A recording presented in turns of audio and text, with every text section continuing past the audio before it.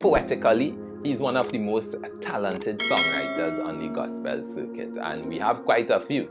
So saying that is definitely reflective of the immense ability of the writer we're diving in today. Where's the poetry in Mirror Man by Bj'orn Pierre?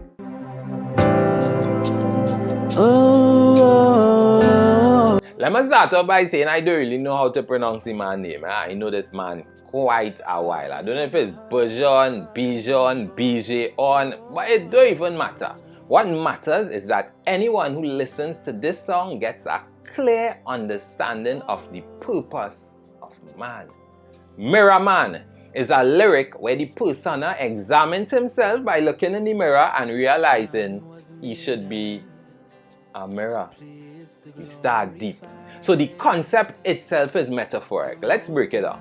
The song starts with a statement of what the poetic persona was made to do. In the video, he's looking in the mirror, but even without the video, the idea of him reflecting is clearly presented in the title. The stanza ends with a rhetorical question. When they see me, do they see your reflection, or do they just see a man? The word reflection is what actually sets up the major metaphor in the song. Mirror Man. I'm just a mirror man. No, Bj'orn is not selling mirrors or glass. He is using a metaphor. And my friends, this metaphor has two meanings. And that is when you know the metaphor hitting. Meaning number one, the one we get easily.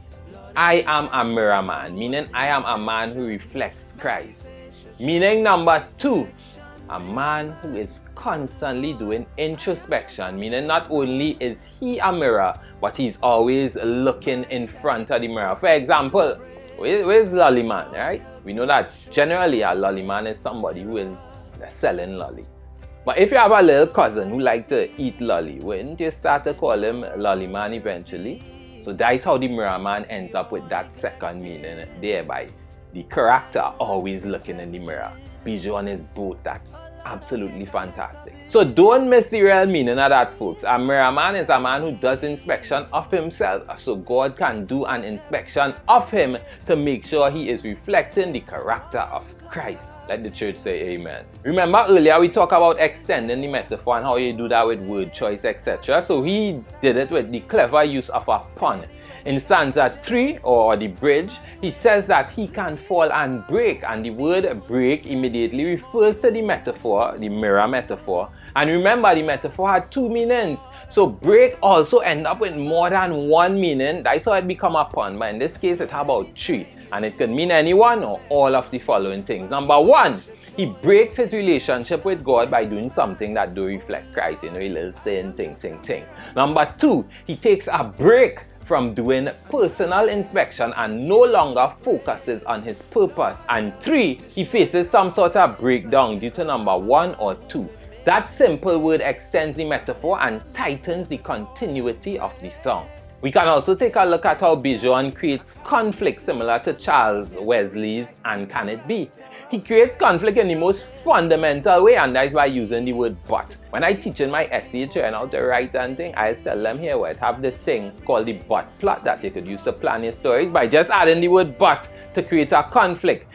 And he does this in, I think, the 5th line where he says, but this man has been drifting from God's side. Before that, he would have established the purpose of man as serving Christ. So when he dropped the but, he creates a conflict and a struggle that will be resolved in the chorus. And why is that important? Because now the chorus acting as a sort of climax. When your chorus could act as a climax, your first chorus will have more impact. And I guess gospel writers always looking for small ways to make their words do for the audience what the words would have done for them personally. As I imagine many writers, just like many poets, first you're writing for yourself, you're writing about your own experience, and then you reach people after. My favorite line, or in this case combination of lines, are: let every step I make be one to take someone closer to you. Let every word I say correlate with actions that I do. Even when I'm reading it, they're hearing the little rhythm inside of it.